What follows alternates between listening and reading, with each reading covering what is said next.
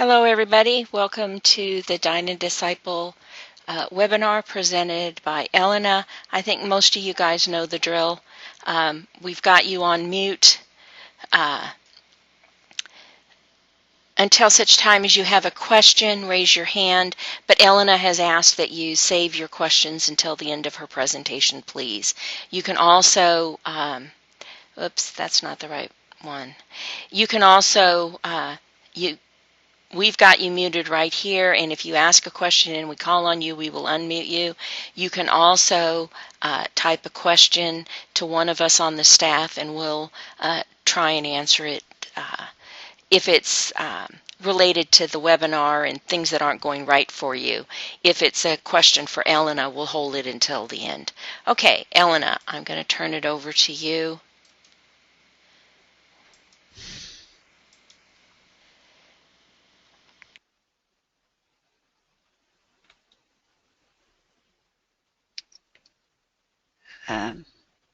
Hello everybody. I have something else here what I wanted. Welcome. This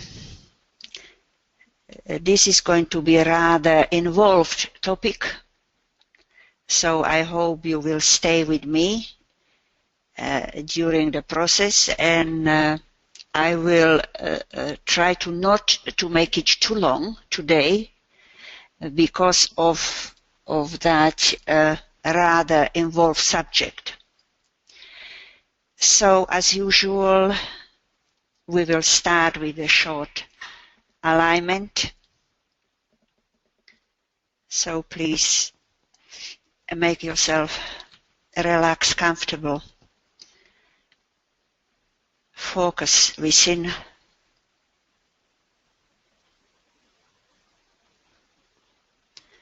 Focus the attention in the head. And imagine the light of the soul pouring through the mental body.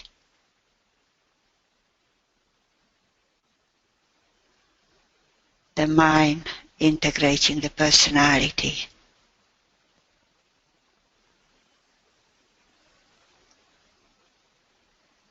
We will sound the Om after each alignment.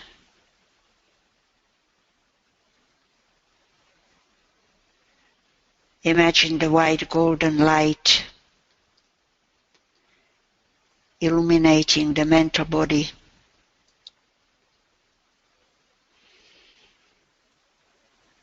Sound the Om.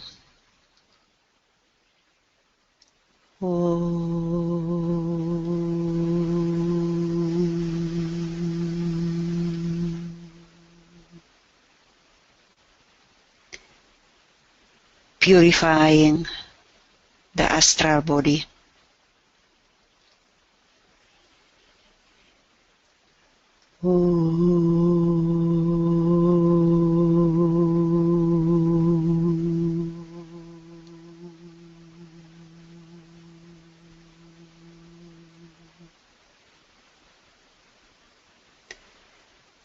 Strengthening the etheric body.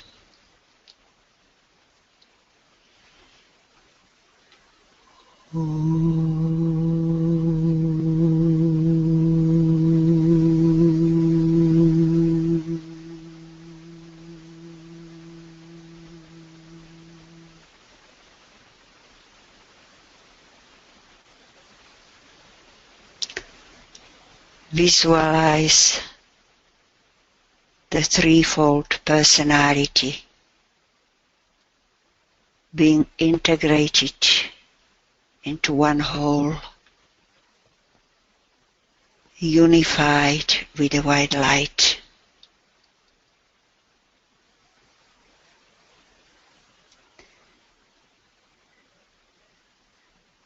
Personality soul fusion. See the lower triangle representing the personality with the mental body at the apex. and the physical and astral bodies at the base of the triangle.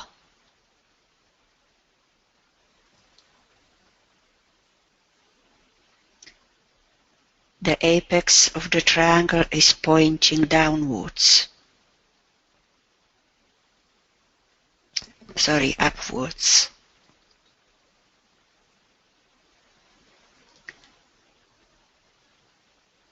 Above the lower triangle, see the brightly lit higher triangle, representing the soul.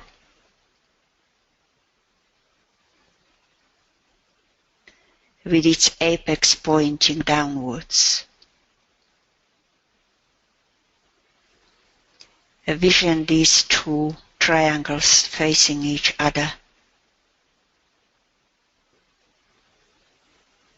And by an act of the will, see these two triangles merging together and forming a six-pointed star.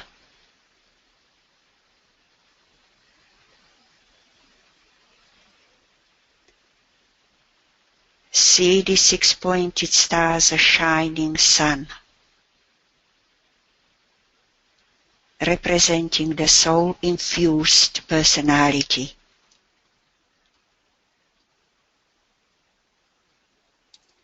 And sound the silent Om to confirm this fusion.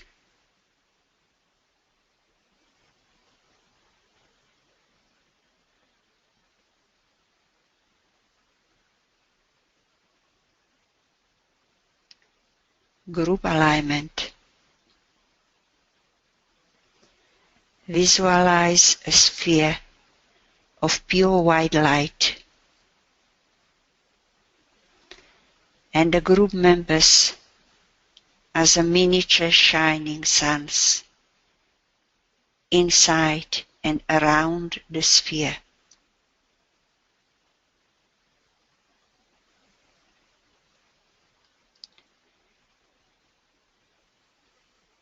See a sphere of light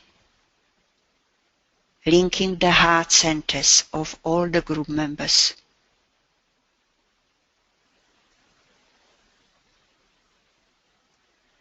A sphere of light linking the head centers.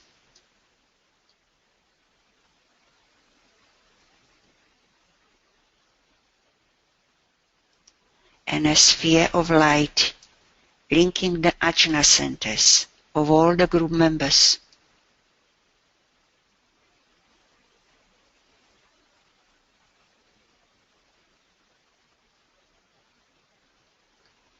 Imagine the light rapidly circulating through these three spheres and aligning the three group centers. Ajna, heart, and head into one mind, one soul, and one will.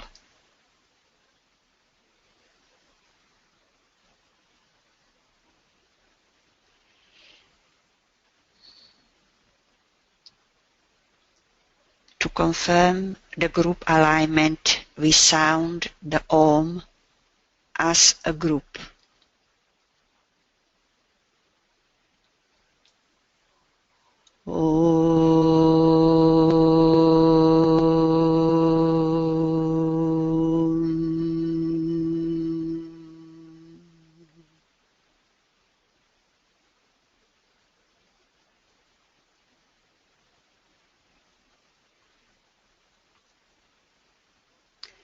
Thank you.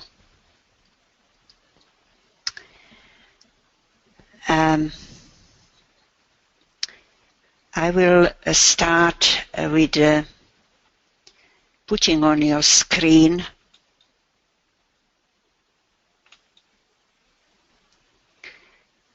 this part of the second instruction, which is found in DINA 1,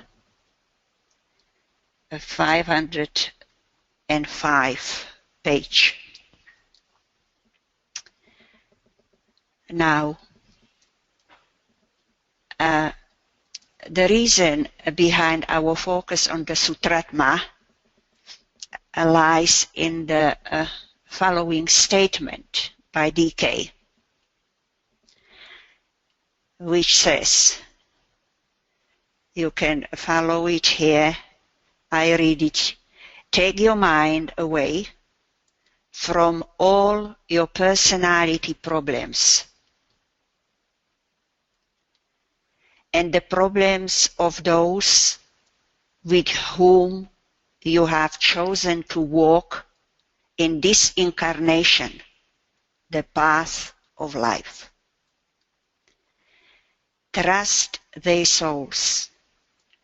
Make and keep contact with them via their souls, refusing to be glamored by their personalities. Note as the months slip by what will happen as you hold this attitude of soul attentiveness. Know you not that you add your soul force to theirs, ignoring the form aspect, that you can galvanize those souls into increased spiritual activity? But, my brother, as you note these happenings, be not tempted to aid. Leave the personalities to their own wise, pure, and loving souls. Rest back in the simplicity of this thought, and for the next few months, cease from wrestling and be content with the path that your soul has chosen you should follow.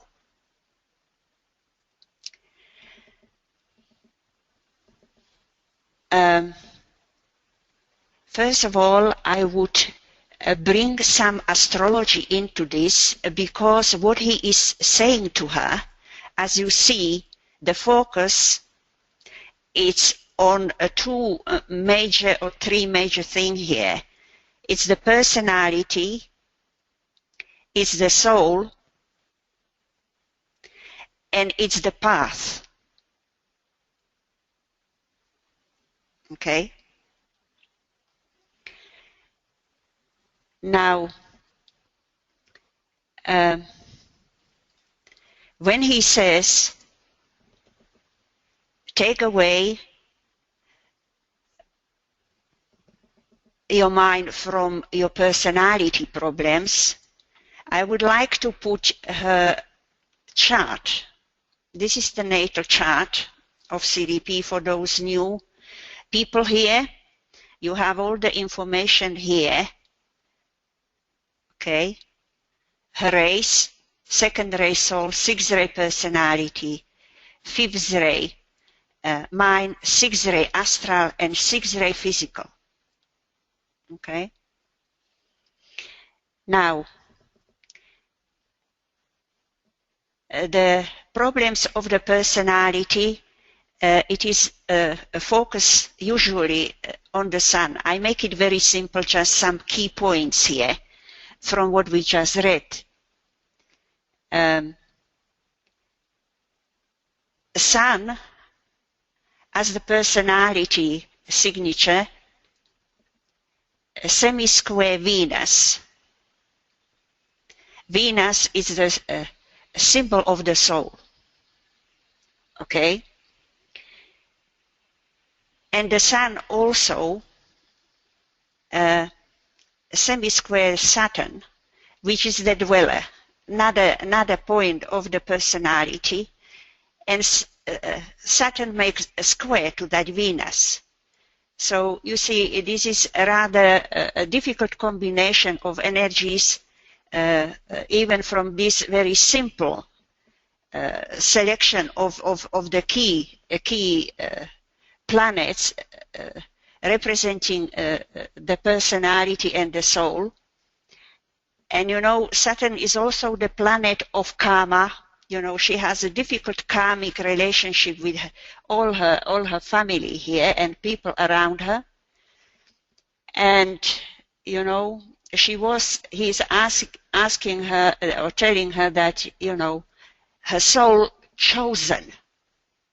A choice and decision is Saturn, a planet of Saturn. Okay.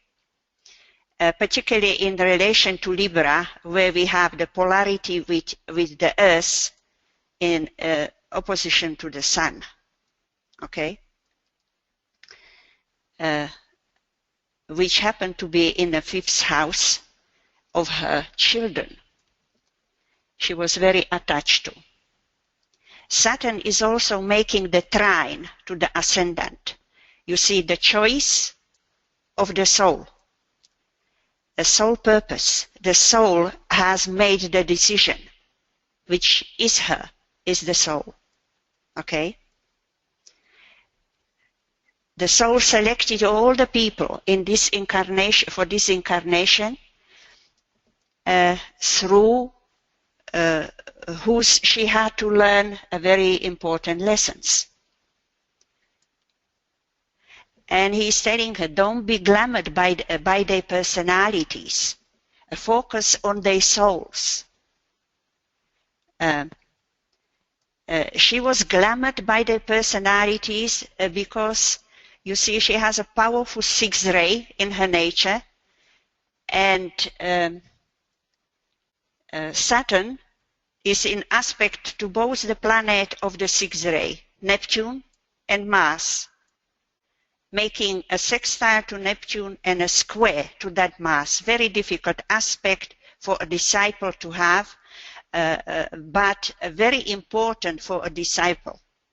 We need crises, we need you know, tests, because if we don't have them, we don't move forward.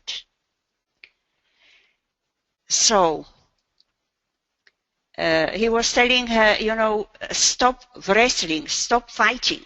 That's the Mars. Stop, Saturn, stop fighting. But for her, it was very difficult. It's a square there. And the Saturn is also squaring the Venus, which is the soul in this case, as we are looking at this planet. And he's saying, you know, be content with the path that your soul has chosen that you should follow. Now the path, it's Sagittarius. It's the 9th house. And you see her planet, Jupiter in Sagittarius, it's her 2nd ray soul ruler planet. And it is making a T-square with all these planets. Saturn, Mars, Venus. Okay, this is the focal point of the chart, this very challenging T-square. Okay? So the soul, 2 soul planets, Venus and Jupiter, and the ascendant, which is the soul purpose, in relation to that trine, particularly as we're considering that Saturn in this very simple, you know, keywords, because each planet can be interpreted from number of different points, and there are other energies here in the chart which we could take, but this is, I just wanted to show you that what he is actually saying to her in this paragraph is reflected very clearly in her chart. astrologically. Okay? Now, just to show you that, you know, all this we can see also when we look at the progressed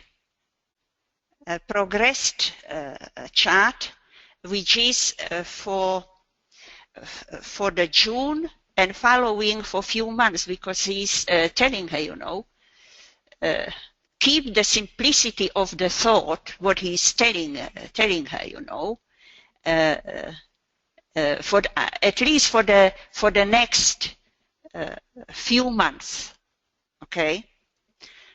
And looking at the progression here, we see very, very strong emphasis on that Sagittarius, which is the path. It is our keyword for this webinar. It is the path of life. We see a progressed full moon in the chart from Sagittarius, moon, and the sun, because, you know, we're looking for few months. So you see, it is in July, exact full moon there coming, a progressed one, okay, and involving obviously in this case the Earth, which is the esoteric ruler of that Sagittarius, and the progress moon with the sun, which we were just looking at that sun in relation to the personality. Okay?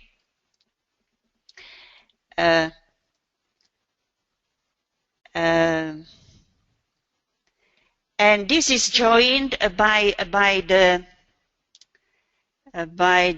transiting Mars, which is going to hit this from Libra around October, November, if we can project this, you know, further, because we're looking further for a few months. You see that Mars is there around October, exactly on that it would fall. I don't want to spend the time on this, but you see even the Venus Mars coming on that full moon axis there. Okay?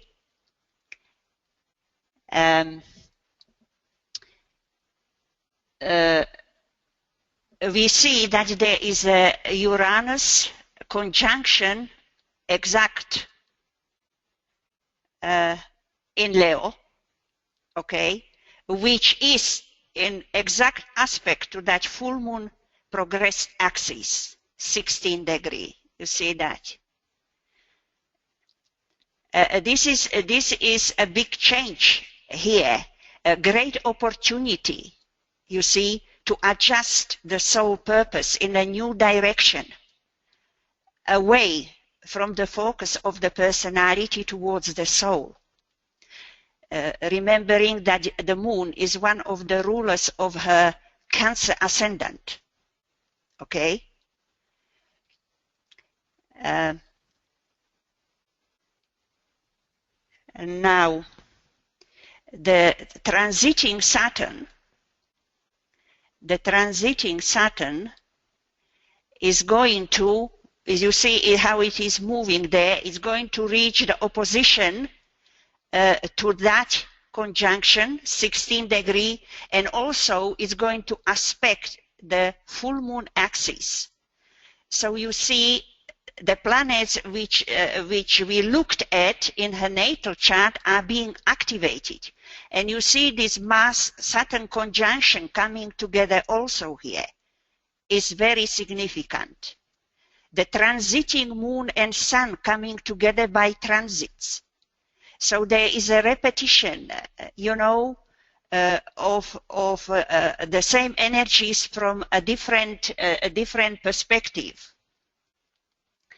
And you know, Saturn and Uranus in relation to the Libra of the decision and the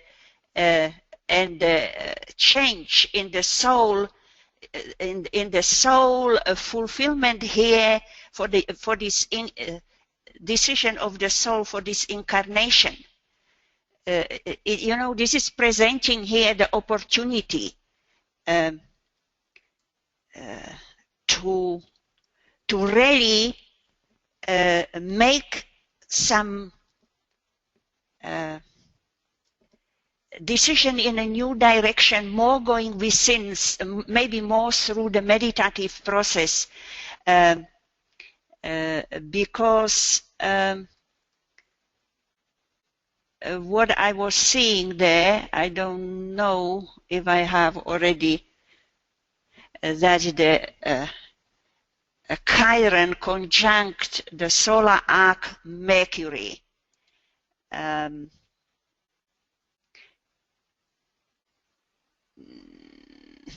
Where is that? You see over here, I am seeing that Mercury, and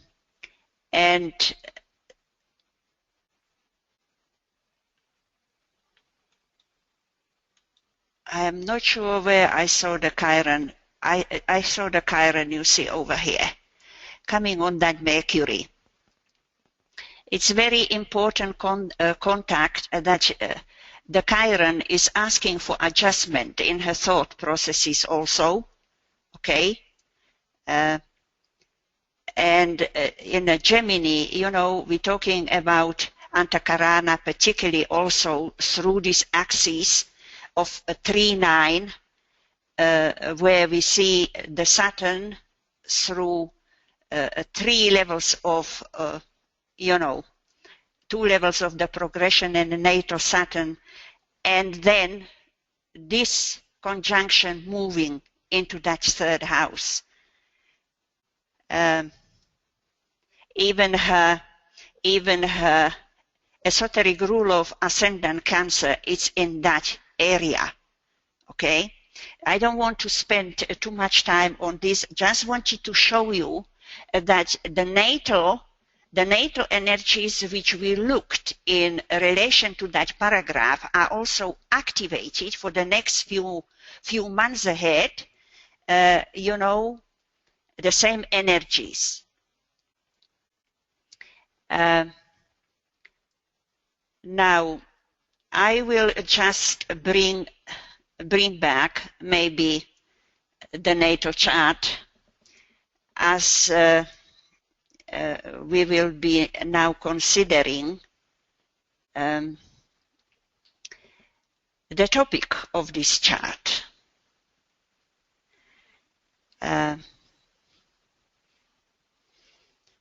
DK never says anything at random, you know. I would probably bring the text back, that you see it in front of you. My attention was immediately on that statement, the path of life. Why, you see, he didn't need to use exactly this statement or keywords here, the path of life, and that he's emphasizing the path of the soul has chosen for her. Now, first of all, the path of life indicates the Sutratma, which from this perspective he's talking about is representing the thread upon which are strung all our incarnations, like the beads on a string. He tries to tell her,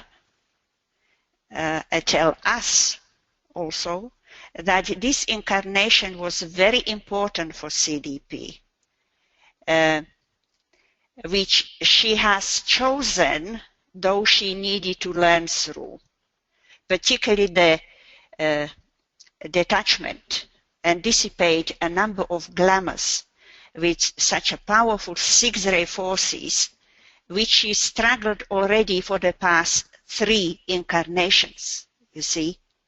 She was actually spiritually quite advanced for the stage she was standing at. Being a pledged disciple prior to entering the path of accepted discipleship. Okay? So, this was a fourth incarnation.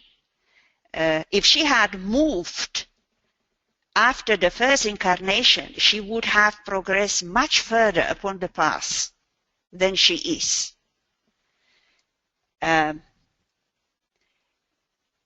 So that is one aspect of that keywords of the path of life, why DK is bringing our attention to that Sutratma. Okay? We are told that the Sutratma, or life thread, links and vivifies all forms into one functioning whole. It not only produces the individual process, but also the evolutionary unfoldment of all forms. So it is therefore the path of life which reaches from the monad to the personality via the soul. It is related to the triple thread in the spinal column, the Ida, Pingala and Sushumna, and to the Antakarana. This is all related to the Sutratma. Okay? And so, looking at it from this perspective, we're getting a deeper picture and understanding behind some topics which we have already looked at, or some processes for this disciple. And we are now looking at them from the perspective of that Sutratma, the path. So the spinal column houses a threefold thread. It is esoterically, you know, we're looking at not the physical spine, but the etheric spinal cord of this threefold thread, the Ida, Pingala, and Sushumna. And they together form the path of life for the individual man. And they are awakened into activity sequentially. Okay, sequence is Saturn in relation to the time. So they are awakened according to the level of the consciousness we are in, and the stage of the path, the point of evolution. Okay, that's why the most important point is to establish, you know, where we are, which we already did in previous webinars in relation to CDP. And as I already said, you know, where she was. So this threefold thread is the externalization of the Antakarana as the consciousness thread, the Sutratma or life thread, and the creative thread. That are the three threads forming the Antakarana in relation to the threefold thread of the etheric spinal cord. Now this the creative thread is further divided into three aspects, which form a unity or closely woven thread upon the mental plane. But we won't go in that direction because it is not our present focus. Now, there is a distinction between the Sutratma as the life thread, representing the basis of immortality, and the Antakarana as the consciousness thread, representing the basis of continuity of consciousness. The link of the Sutratma to the triadal energies is activating the head center, which relates the monad and the personality. The Ajna center relates the spiritual triad, which is the expression of the monad, to the personality. So we have Ajna and the crown center, two centers in the head, in relation to the Sutratma, relating the monad with the personality. And in the case of CDP, it is the Ajna which is important. Those of you who follow these webinars already know that how important Ajna is for this disciple, because it is ruled by the sixth ray and also the pituitary body, which is the physical gland behind the Ajna.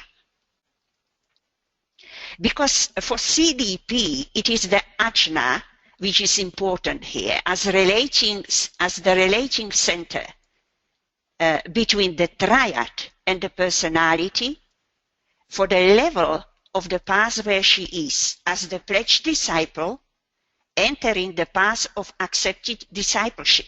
She is moving towards the triad, not towards the monad.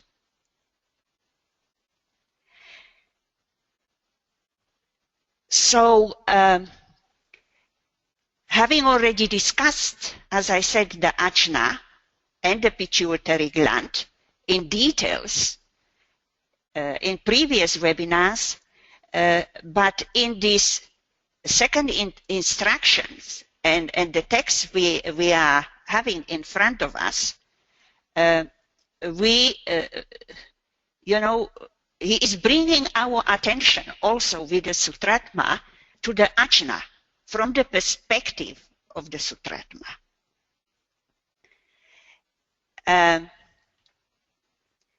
Also, when we were talking about the focusing of the soul and personality rays in the lower three bodies, I was suggesting through the different alignments there that CDP needed to develop the alignment between her second ray soul and the sixth ray brain or pituitary body. Now, from the perspective of the Sutratma, we learn that Sutratma is not only linking the soul with the brain, with the physical man, but the soul is anchored through the Sutratma or life thread in the heart. We know that the heart is related to the pituitary body. And in the heart is connected the life thread, the Sutratma.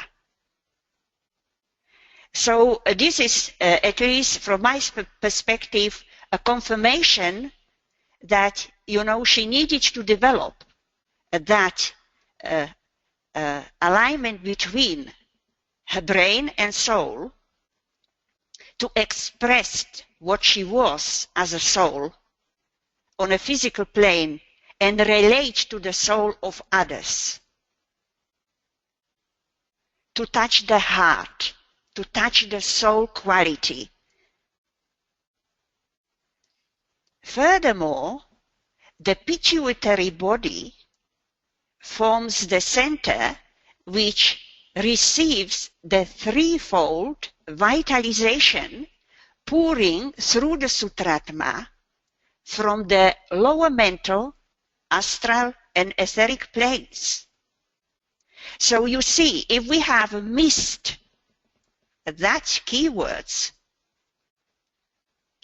the path of life, we wouldn't get this deeper insight behind, these energies which we have already considered, but from a different perspective.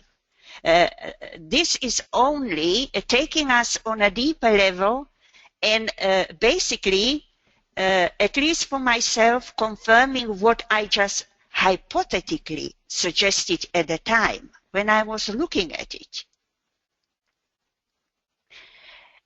We know that CDP has suffered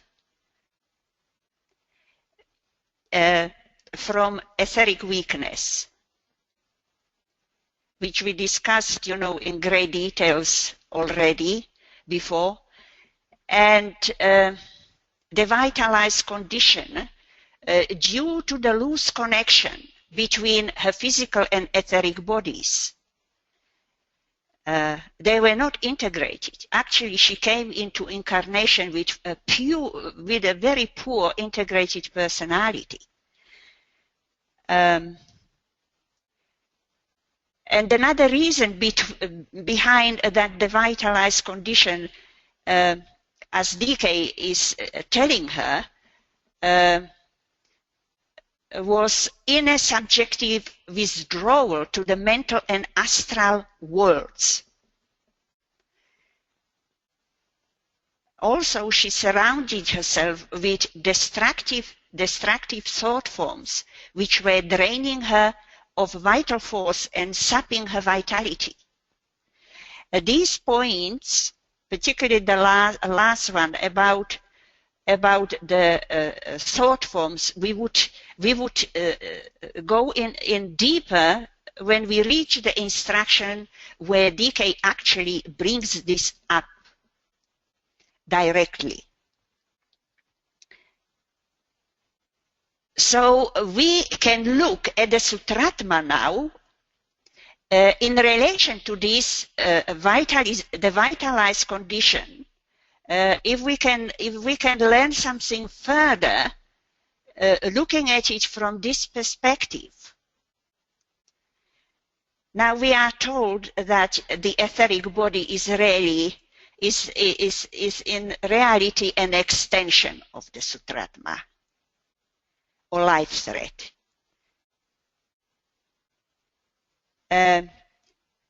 As the etheric body is built, it becomes vitalized with the life energy sent down from the monad. Okay? Because the Sutratma is linking the monad with the personality via the soul. So the soul dominates the personality through the medium of the Sutratma, and through it vitalizes the triple lower aspects of the personality, which is the mental, emotional, and physical bodies, and thus sets up a communication with the brain. So we have again the soul and brain focus here through this.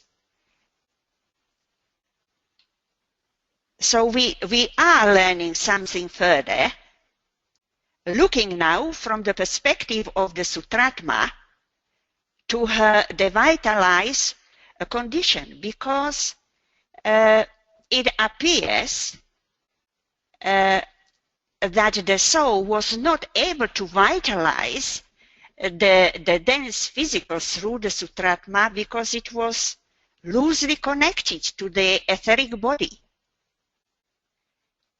And the soul-brain alignment was not functioning.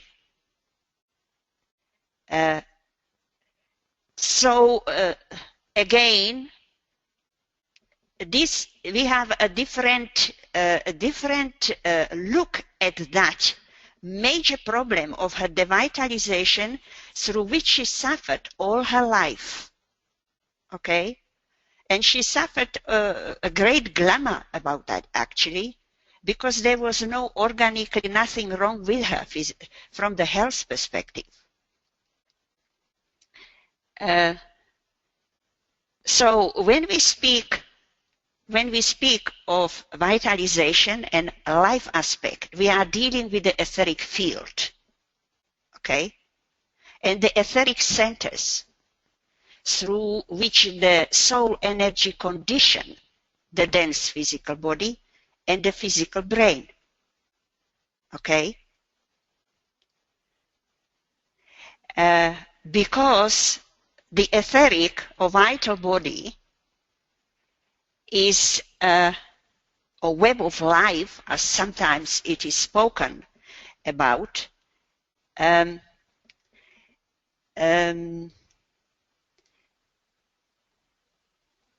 is the expression of the soul energy, okay? The soul expresses through the etheric, in reality through the etheric centers in the etheric body. And it is the subjective analogy also to the nervous system, thus enabling the soul to be in relationship with the environment through nervous system. And focal point of this activity is the brain. So, you know, the nervous system is ruled by Venus, which is the same planet, you know, in connection with the soul. So we've seen in her chart a very powerful focus, if I can bring the chart, Venus in Gemini. Gemini is a powerful keyword for the etheric body, and a Venus representing the soul, okay, and also the nervous system. This is a very powerful connection here in this what we are just considering here, okay. And the brain is the Saturn, you see, squaring that Venus there, okay.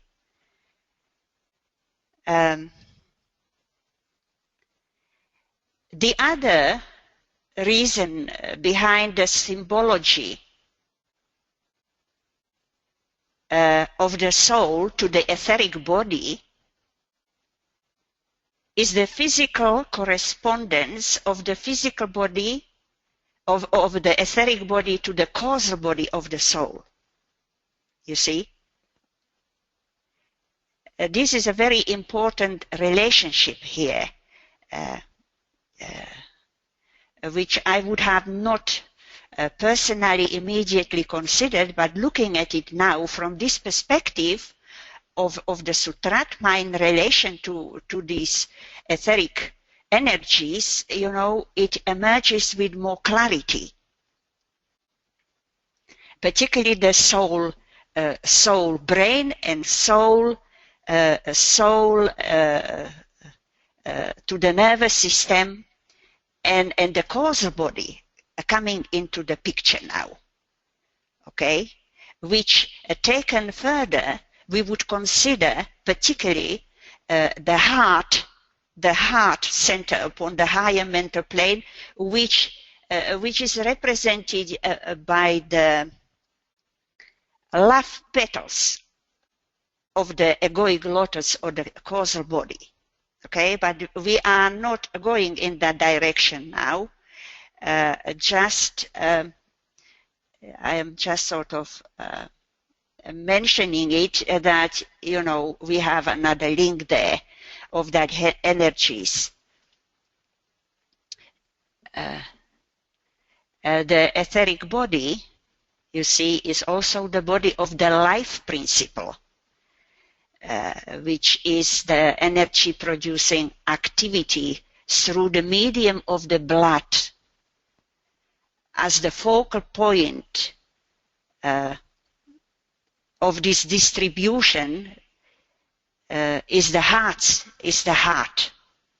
Thus the etheric body, you see, is the conveyor of physical vitality. So the heart is coming into relation now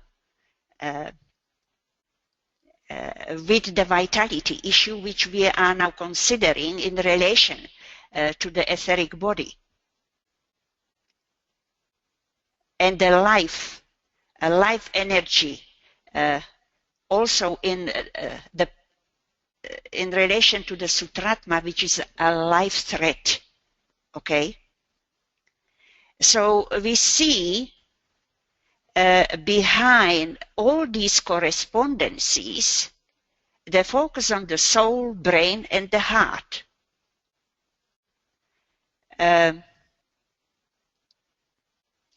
Because you see, for CDP, this is a very important relationship. You know, the heart. You know, if we look at the heart, Jupiter, you see, we're coming back basically to the same energies here, because this is the focal point in her chart. In relation to the Ajna, which in her case, you know, being ruled by the sixth ray, is the Neptune, particularly, okay, ruling Ajna and the etheric body, which happens to be the most important planet for her, being the soul, esoteric ruler of the soul purpose. Okay, so if one is following all this, what we presented already, looked at through all the webinars, we're getting a confirmation from a different perspective now on these energies. And now, what I would like to really bring some more information, which is important here, is Ida Pingala. First of all, Ida Pingala channels in the etheric spinal cord. Ida is considered negative and Pingala a positive threat. Ida relates to the energizing of matter more, or personality, and Pingala to the unfoldment of the psyche. They are both really related to the development of the personality, particularly at the early stages.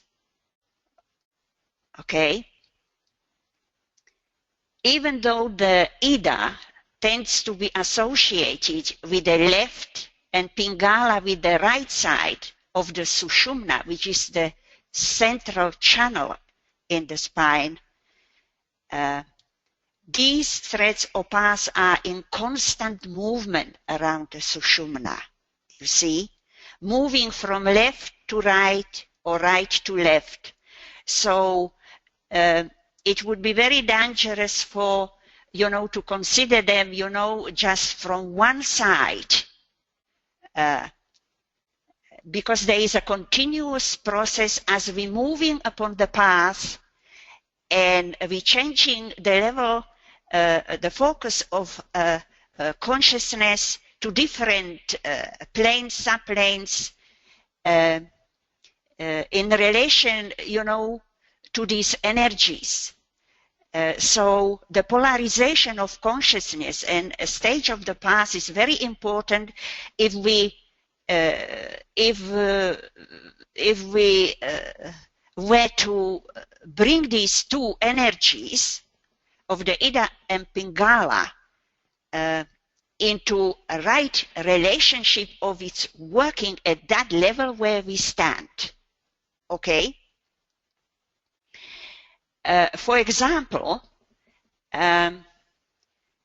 prior to achievement of emotional control and detachment, which was an issue also for CDP, where the mind is not developed or in process of being illumined by the soul, and the person is still under the strong influence of the personalities,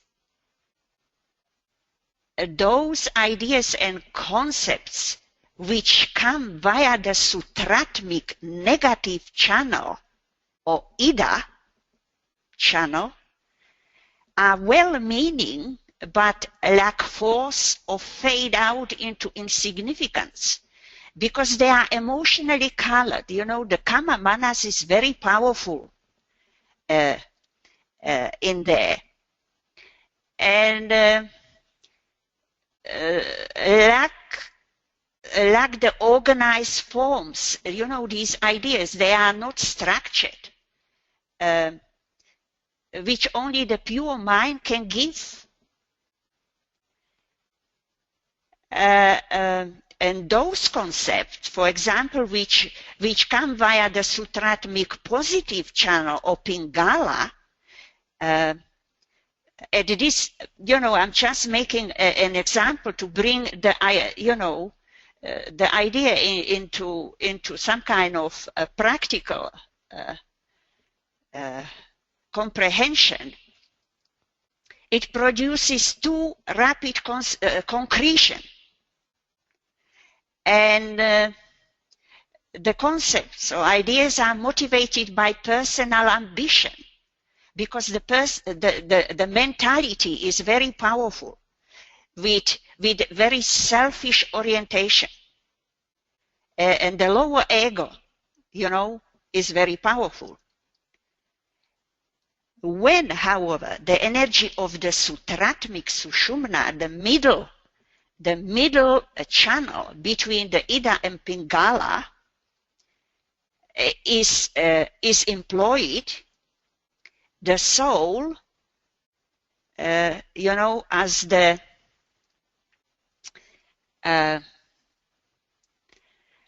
magnetic energy, the intelligent creator transmits its energies. The plants can then mature according to divine purpose, and proceed, you know, with a building in the light. So with these examples, I'm just, as I say, want to show you that first we need to know who we are aligning these energies to which level of consciousness, okay? And from that perspective, we can interpret these energies. We are told that the Ida and Pingala etheric channels, you know, come no further up into the head than the ajna, which also happens to be the lowest place where the soul comes down into incarnation. Okay? The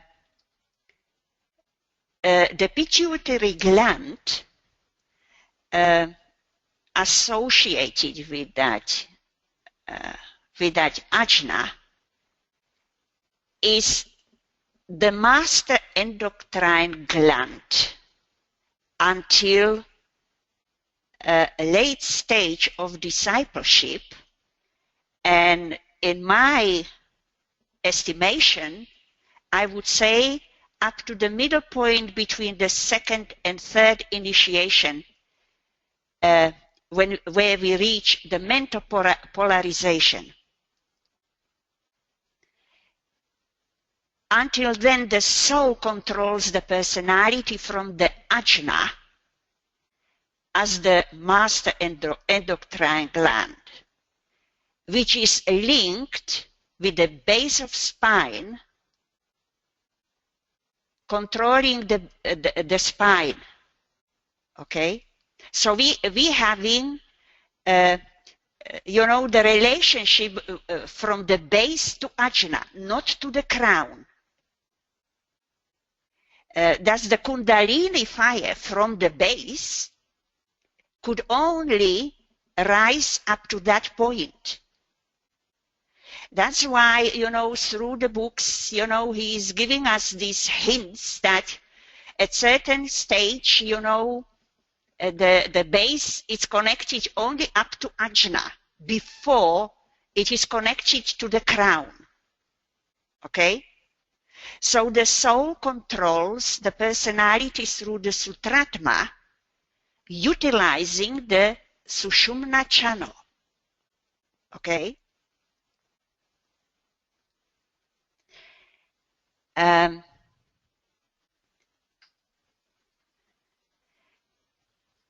After that,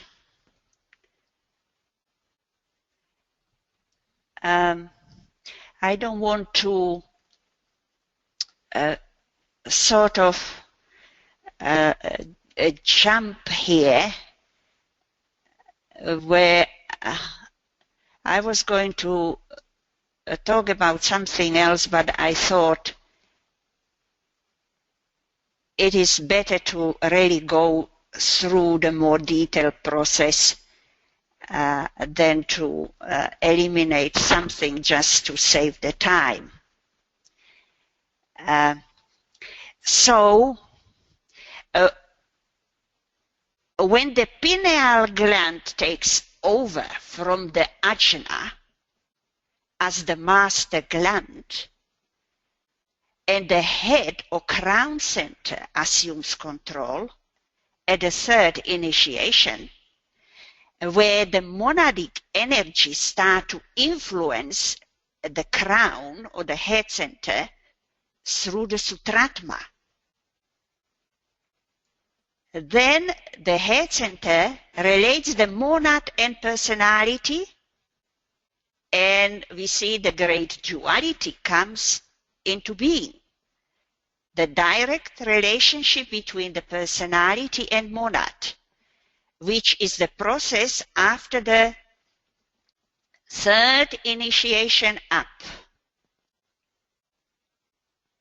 And the Sushumna path, which is the central etheric channel in the spinal cord, is not really used correctly and safely until after the third initiation, when the antakarana has been built and the monad and the personality are related. Okay? Then the monad reaches the personality, as I say, directly, and can arouse the base center, base of spine, and with it blend, unify, and raise the three fires up the spine towards the crown,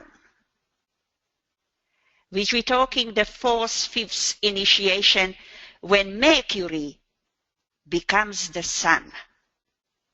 Now, I'm not going to go further with that idea at the moment, because it's not, I'm just mentioning the key issue here of the energy levels in relation to the Sutratma, the Antakarana, and the threefold spinal cord of the Ida, Pingala, and Sushumna. Okay?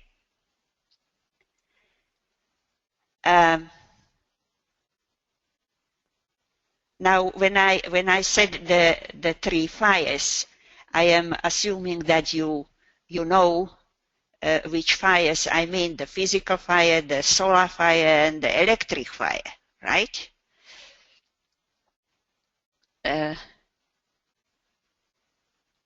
We are told that a pituitary body forms the center which receives the threefold vitalization pouring through the Sutratma from the lower mental, astral, and etheric.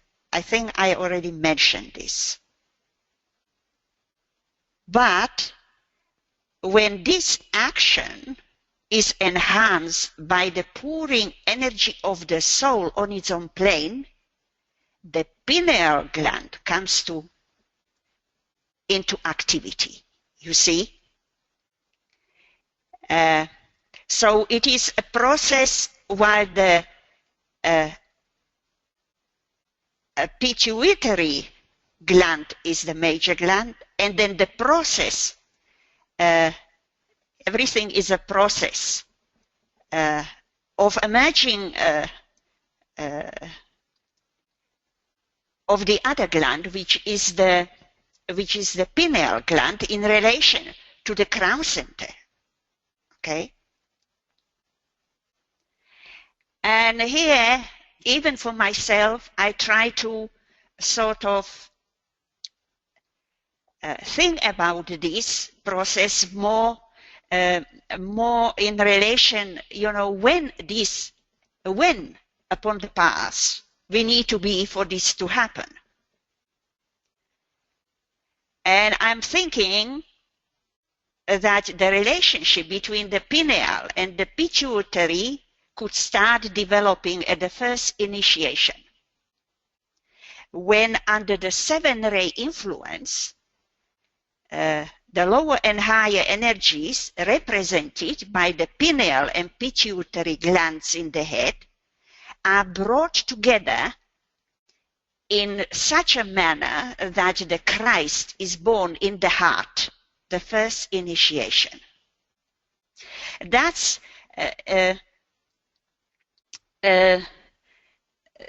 is, you see, when the magnetic field between these two glands start to be generated, okay? And the light in the head appears as a result of this magnetic force.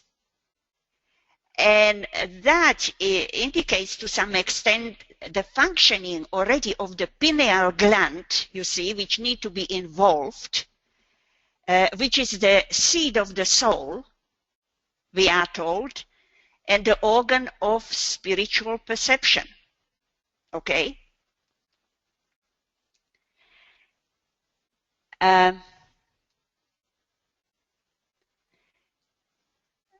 Now,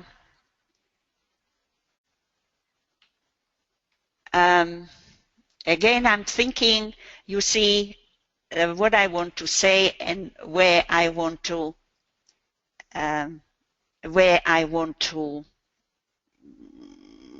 really continue that, how much time I would have. Because what I was going to also mention that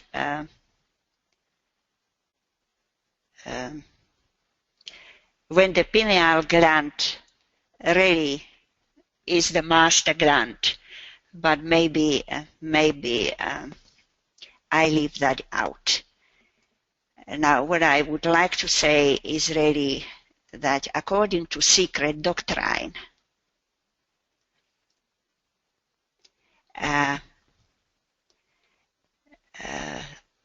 the nervous, the sympathetic cord or nervous system of Ida and Pingala, you see, what I should have said before, that, these two channels, Ida Pingala, they are called the sympathetic nervous system or sympathetic cord. Okay? And secret doctrine is telling us that these two systems of Ida and Pingala originate in the sacred spot or sacred center above the medulla oblongata, okay? which is the area at the back of the brain where, you know, we find also the alta major and also the other glands, because under alta major is medulla. Is medulla in reality the third aspect? And you know, when I was sort of checking this in Secret Doctrine, it is said that, you know, these two glands, Ida and Pingala, they are semi-material, positive, negative, sun and moon. You know, many sources relate these two glands to the sun and moon. With that, I have a little bit problem because the sun and moon always veil other planets. So I wouldn't want to go into that area at the moment either.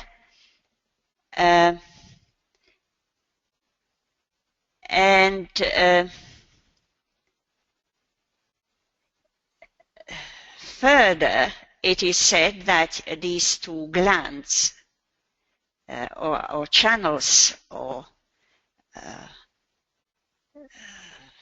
what we call the sympathetic nervous system start into action the free and spiritual current of Sushumna. Okay? They are supposed to be the initiating energies to bring into activity the spiritual current of the Sushumna, which is the central channel in that spinal cord.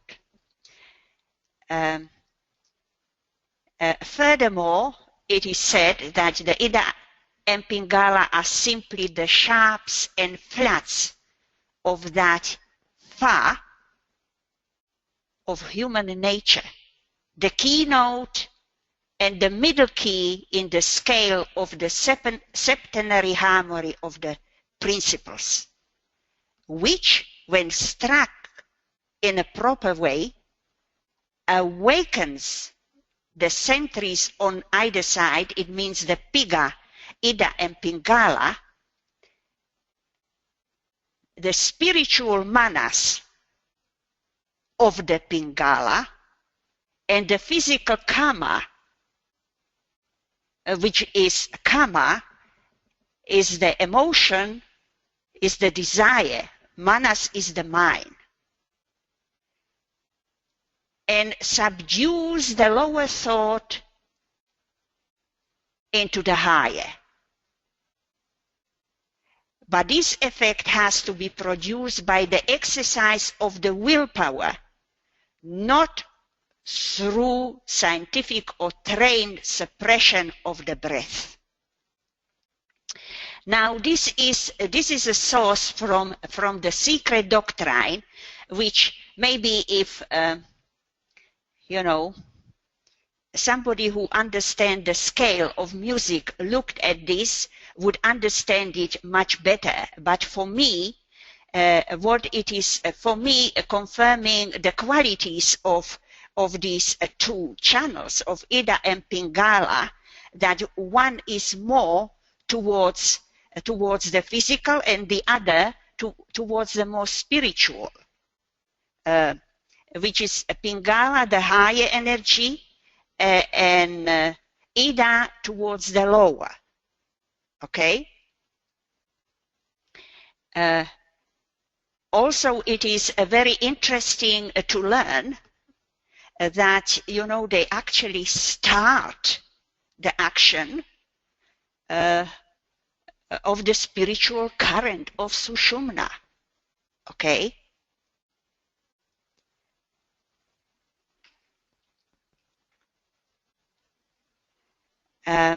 Now, before I go into that, how are we doing for time, BL?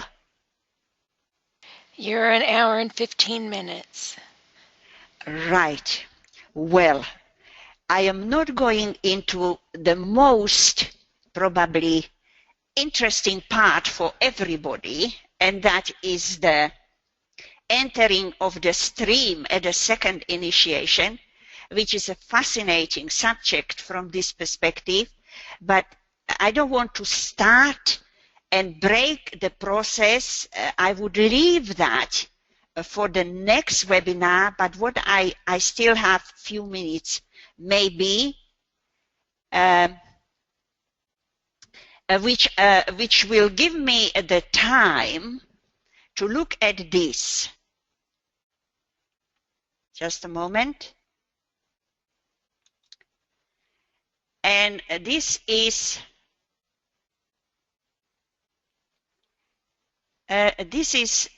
what, when he follows with this here, you see, I want to, this is just one sentence. He is addressing this, and that is this. Refrain from breathing exercises, for they ever give you discomfort and a haunting sense of failure. This is following upon what we just read about the path of life there, okay? Now, this is not bringing here by accident, DK. You know, you need to read DK very carefully, because he never wastes his time. And, you know, once he started with the Sutratma, I said to myself, you know, here he comes, bringing our attention to the breathing exercises, which are also related to the etheric field, to the breath of life, okay? Sutratma, the life thread, okay? Creating the etheric body, a life thread which is anchored in the heart, okay? Uses the bloodstream, symbolizing the life aspect. Now,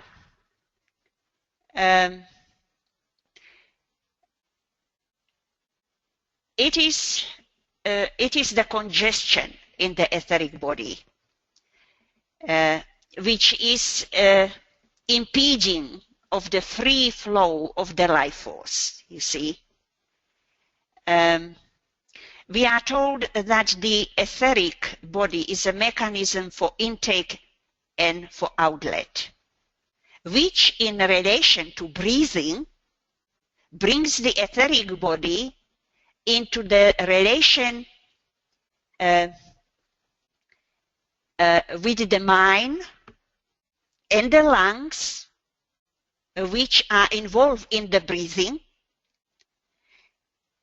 And the process of breathing, with its stages of inhalation or intake, the interlude, retention of the breath, and exhalation or outlet, and thus employing both aspects of force. The mind has to be really involved, directing the breath, okay? So the breathing system is also related to the heart, okay?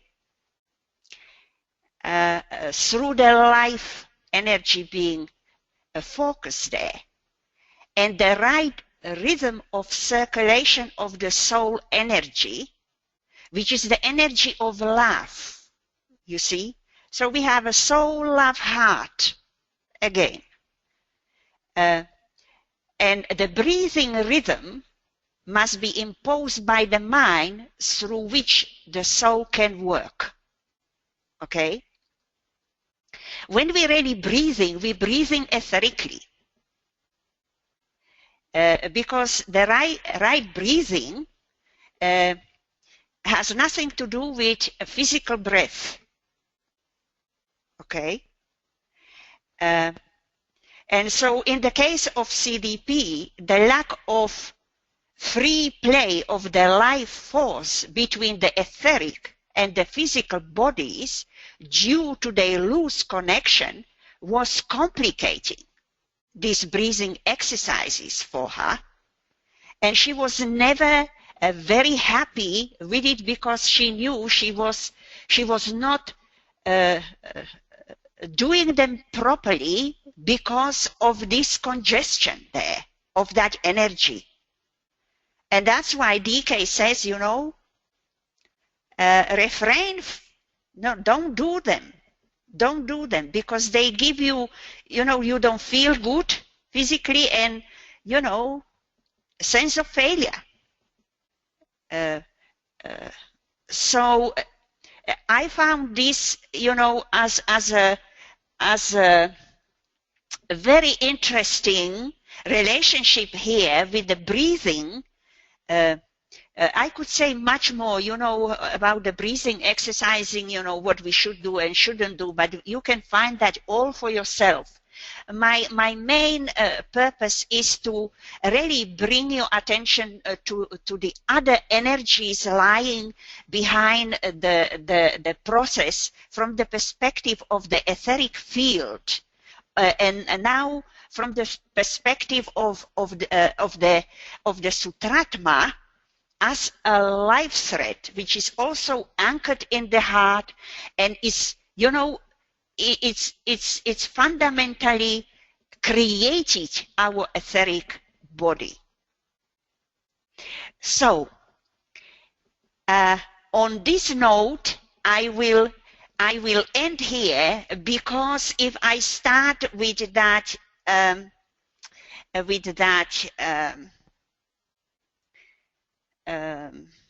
second initiation and entering of the stream, and what do we really understand it means to enter the stream, and how the Sutratma and all these channels are involved in that, is fascinating. But I will leave it for the next webinar, and now I thank you for your attention. And if there are any comments to what has been said here, or you have any question, please, you can share.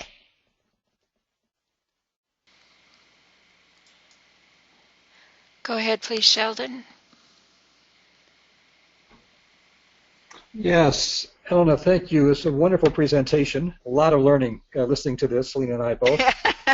I have a very simple question for you, though, given all this. Simple? Yes. No. This is just a specific question. You were talking about the secret doctrine. Some words from there. Do you remember what pages that was from? Because that was very interesting. I don't remember reading. Yes, oh. I have it. I have it somewhere. I have it somewhere, definitely. I'm just looking, you know, if I have put it somewhere in my notes, because, you know, I can send it to you. Yeah, it's a third volume of Secret Doctrine, page 503. Oh. Wonderful, wonderful. I really appreciate it. I just say again that your careful work with this is actually quite beautiful. You know, it's a lot of things we're saying, but you did a wonderful job of tying these things together and moving both her work. I'm thinking about CDP's supposed work, but helping us understand these things. So thank you very much for this. Yeah. Thank you. I'm learning myself, you know, Sheldon. Oh, I totally understand. Yes, indeed. Thank you. And you have some thank yous from Isabel, Patricia, and Yogi as well. I don't see any more hands, though, so... That's fine. You know, it's a subject which, you know, we don't discuss every day, and you know, one need to really ponder. One need to really ponder about these ideas. And believe me, I have eliminated a lot of stuff because I thought it was already overwhelming on the first take. So, Okay, yeah. Here we go. We've got another one. Please go ahead, Leah. Just like to add to Sheldon. Elena, this is absolutely wonderful. Each one has been. And the intricacies of the paths that you have been able to isolate is just so helpful for further work that we do. Yes, yes. Thank particularly you so, for healers. So yes, Leah, but particularly for healers, because, you know, I see a lot of, we can get, you know, in a process how we can utilize this in healing and in health. Yes. Yes, definitely. Thank you very much. Right, thank you. Thank you.